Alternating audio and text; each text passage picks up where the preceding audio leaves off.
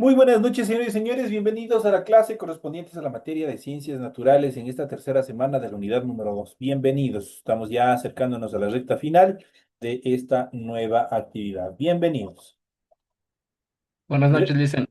¿Cómo están? Buenas noches, Luce. Gracias, Pilarcita, por ese like.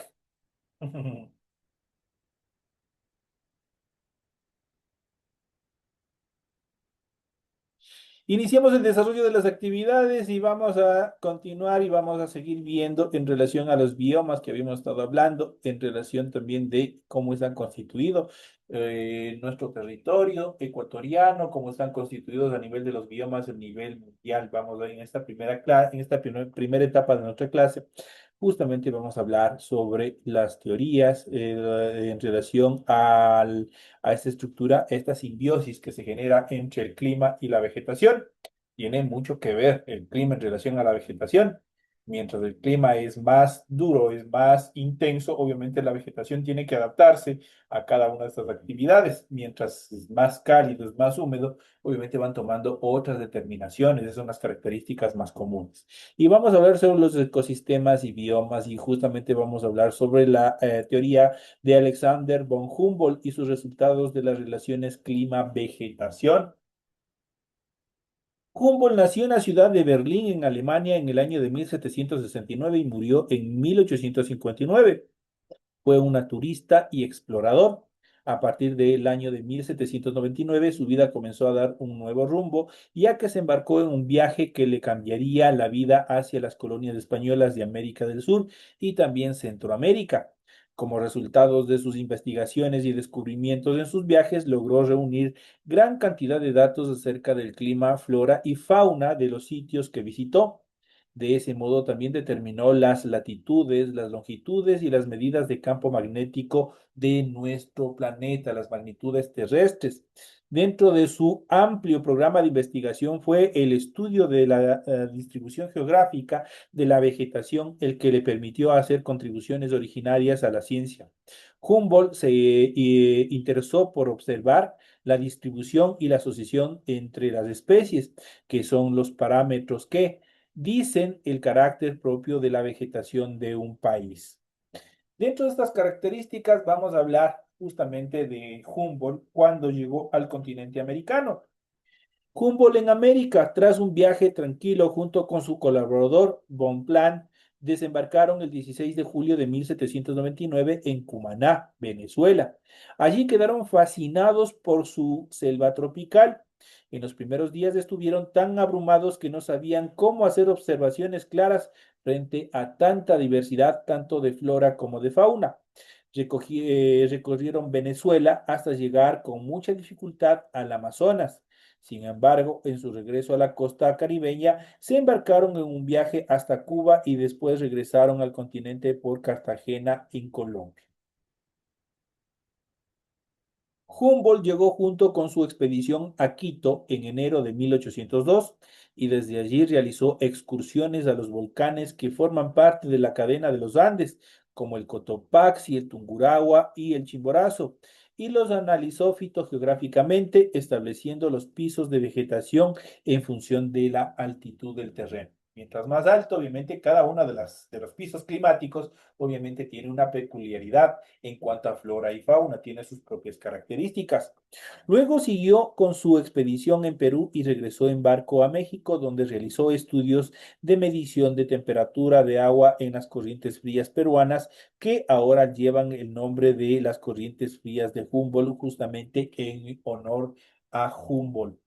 Culminó su viaje en el año de 1804. Tras 5 años, regresó a París y se dedicó a la documentación de todas sus observaciones acerca de la expedición científica más ambiciosa realizada hasta ese entonces dentro de la época. Los aportes de Humboldt a las ciencias naturales son muy numerosos y entre ellos se deben destacar también los estudios climáticos comparativos entre diferentes zonas del planeta y la relación que propuso entre las zonas climáticas y la existencia de corrientes marinas. En concreto, Humboldt propuso que existiría una relación directa entre las corrientes marinas frías y la existencia de desiertos costeros. Gracias a estos aportes se dio el nombre de corriente de Humboldt a la corriente marina fría que influye sobre las costas de Ecuador y Perú. Y esto nosotros ya lo vamos a ver más adelante cómo funciona. Y dentro de estas características justamente vamos a ver los biomas del mundo. ¿Qué son los biomas en general? Son extensiones territoriales que tienen o guardan una correlación en cuanto a flora y fauna que son únicos dentro de estos territorios. Como en los ecosistemas resulta difícil definir los límites entre biomas, ya que no están separados por un accidente natural concreto, sino por zonas de transición que presentan características intermedias. ¿Qué son las zonas de transición?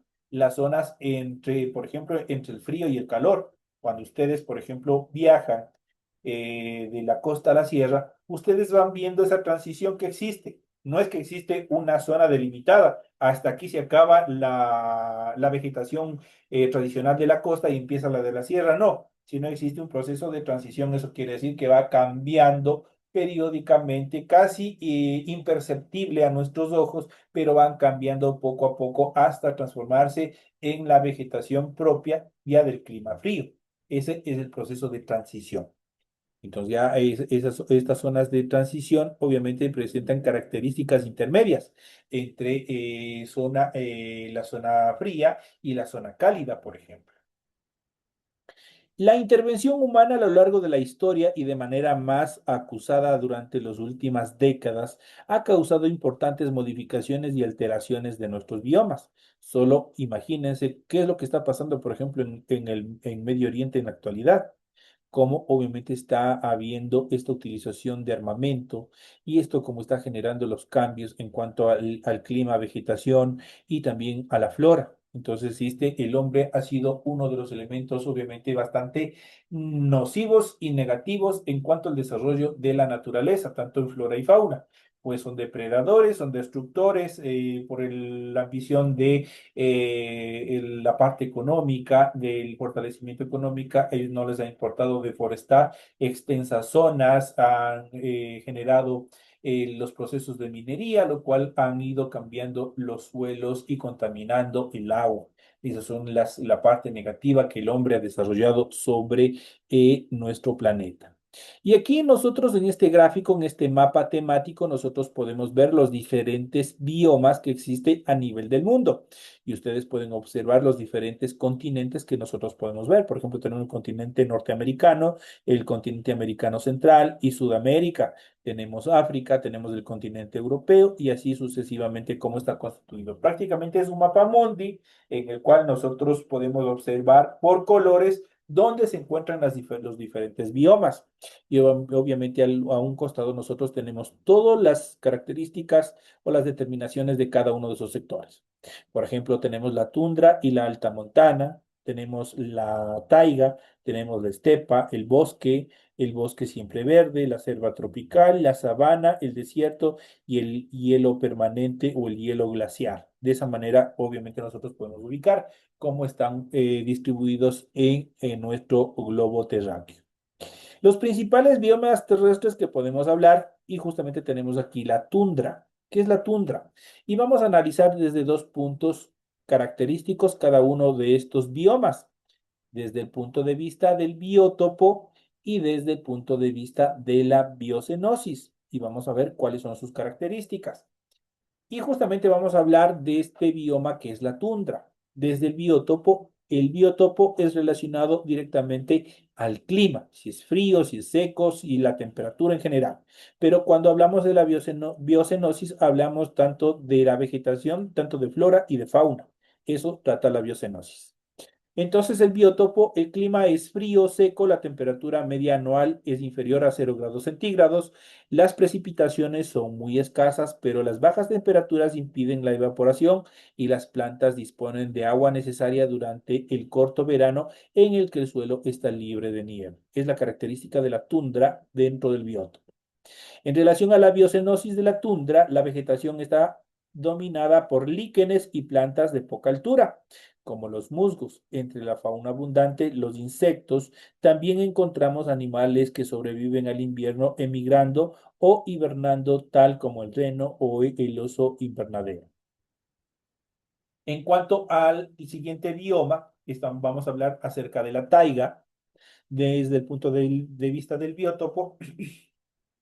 El clima de la taiga es frío y húmedo. La temperatura media anual es de unos 0 grados centígrados, con inviernos muy largos y fríos, veranos cortos y frescos. Las precipitaciones son escasas.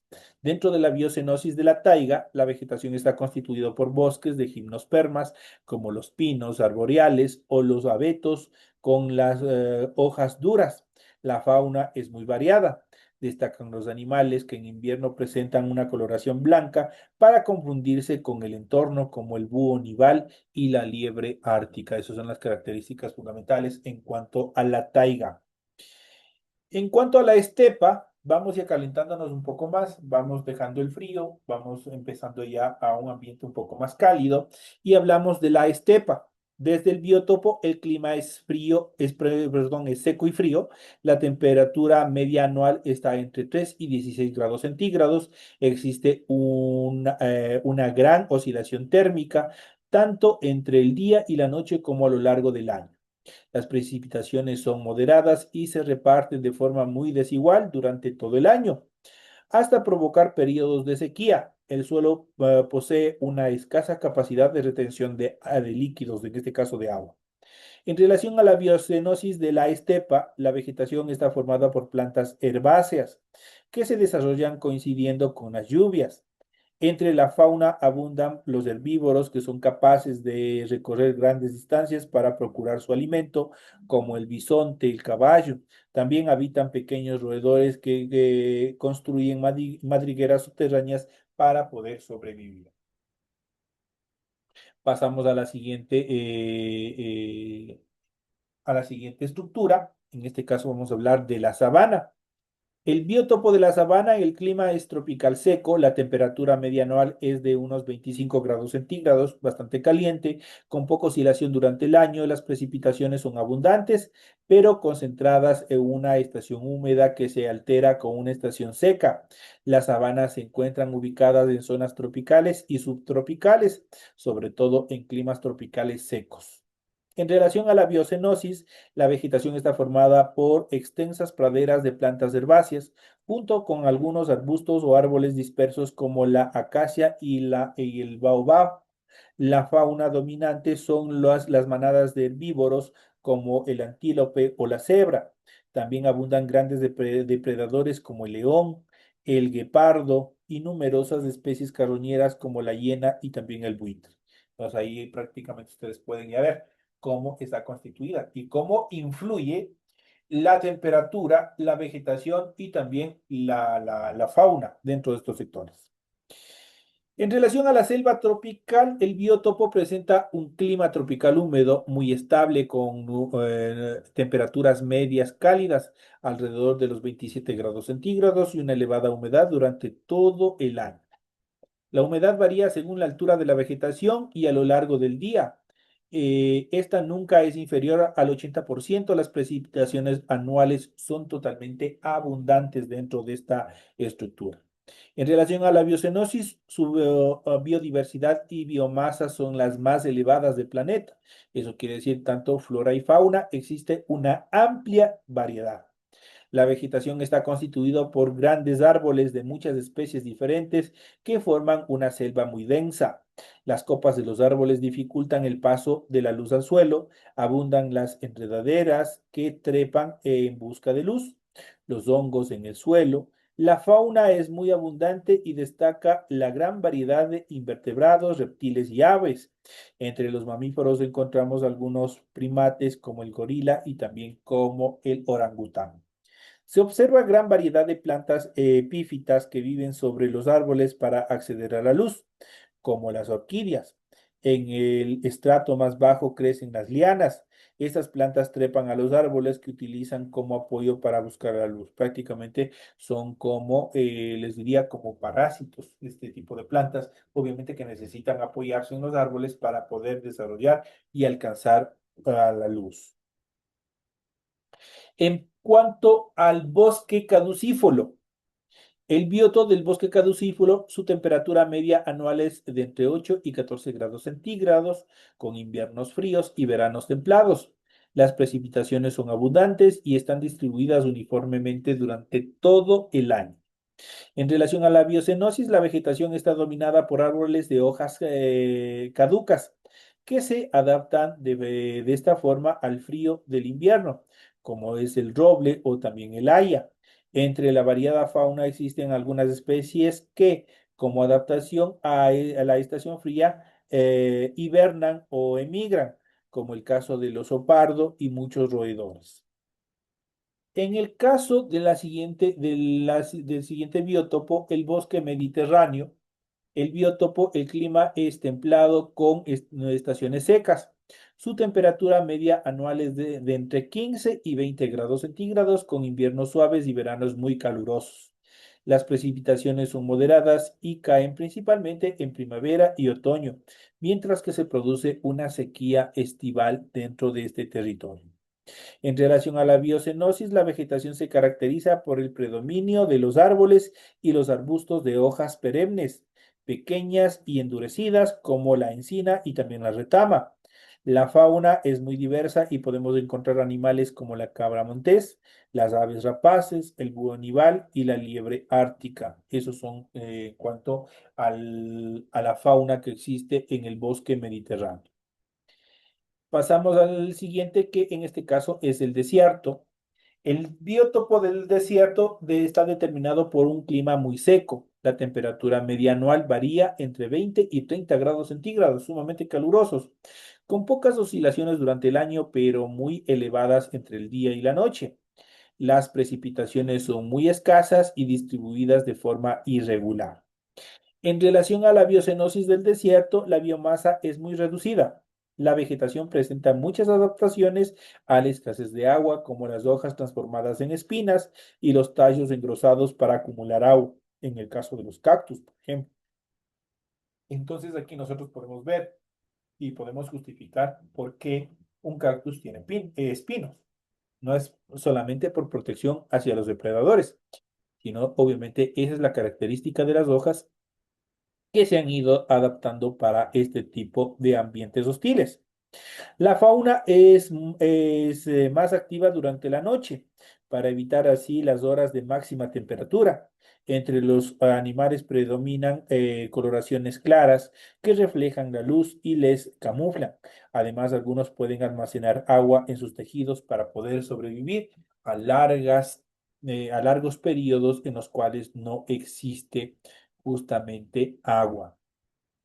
Y aquí nosotros hemos podido ver justamente la mayoría de los diferentes biomas que están distribuidos en todo nuestro planeta, cómo están caracterizados. Y obviamente ustedes pueden ver desde el punto de vista del biotopo y también de la biocenosis en función de cada uno de estos biomas y obviamente las características únicas de estos sectores. Entonces, aquí nosotros podemos diferenciar y podemos determinar qué es un bioma. Un bioma prácticamente es un territorio, es una determinación en la cual obviamente se correlacionan tanto especies vegetales como animales en relación al clima. Y obviamente son únicos en estos sectores, por eso son biomasas, porque tienen características únicas en relación a flora y fauna.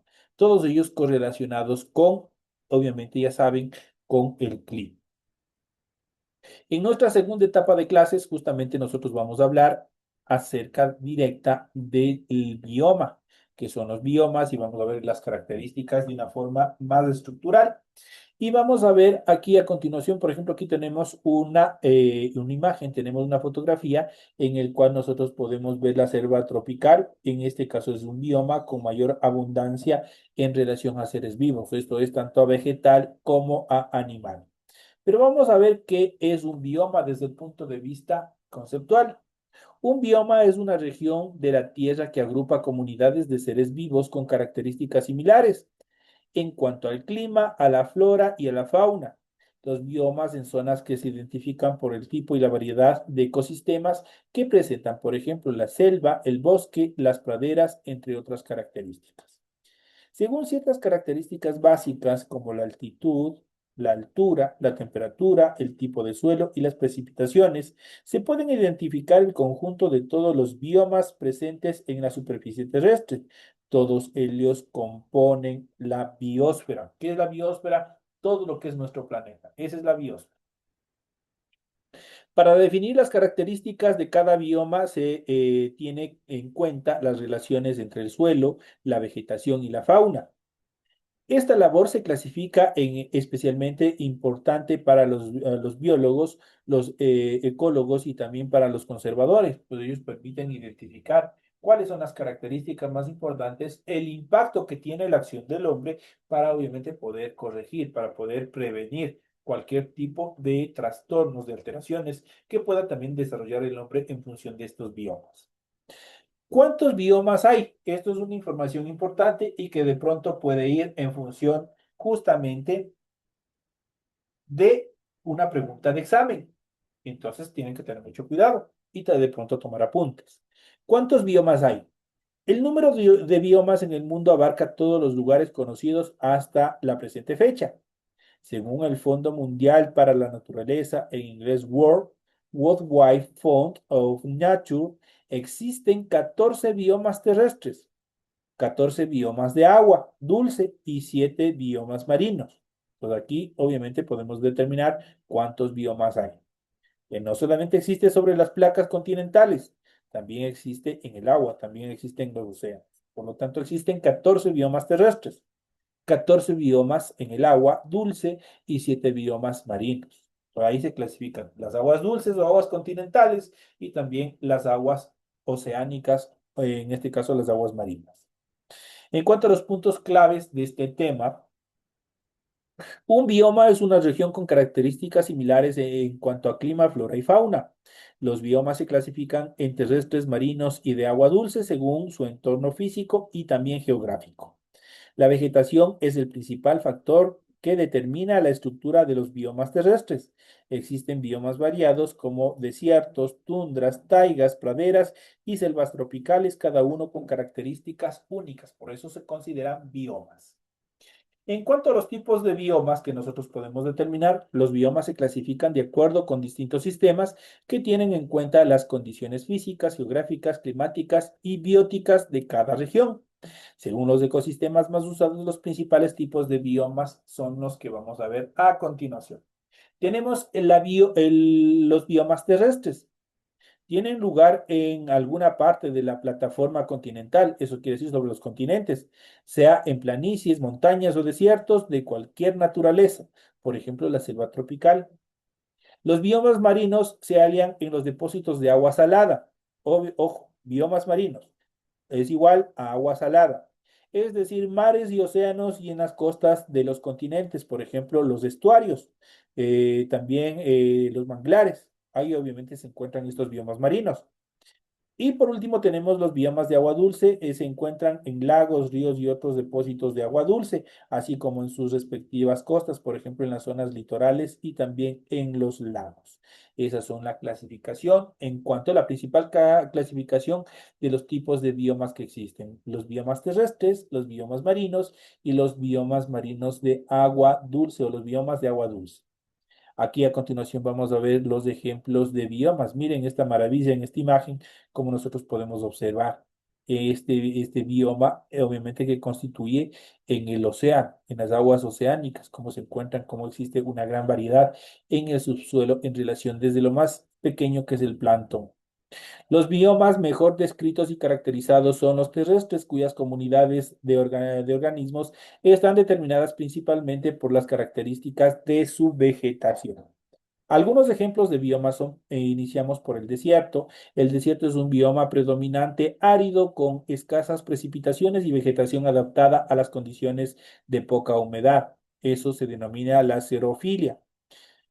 Existen desiertos cálidos como el desierto del Sahara en el norte de África y desiertos congelados o polares como la meseta helada de la Antártida, tan fría que el agua líquida es inexistente.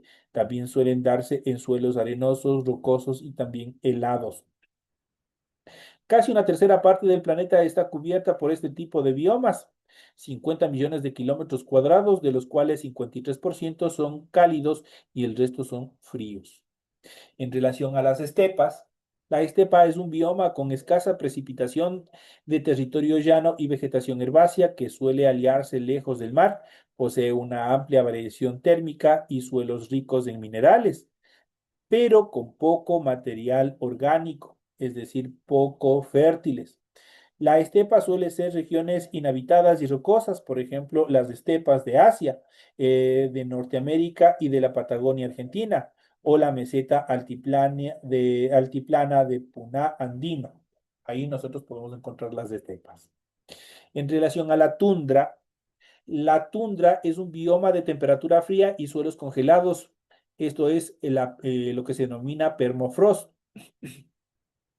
con vegetación baja, típica de las zonas polares, predominan los musgos, líquenes y algunas plantas herbáceas pequeñas. Este bioma ocupa casi la quinta parte de la superficie total del planeta. Es frecuente encontrar, por ejemplo, en Siberia, en Alaska, en Canadá y en Groenlandia, así como en los extremos sur de Chile y también de Argentina. Ahí se encuentran este tipo de biomas como son la tundra. La taiga, por el contrario, es un bioma conocido también como bosque boreal y está compuesta casi exclusivamente por coníferas de alto tamaño, tales como abetos, arces y pinos. Además cuentan con una fauna herbívora como renos, ciervos y alces, y también fauna carnívora como zorros, lobos y osos.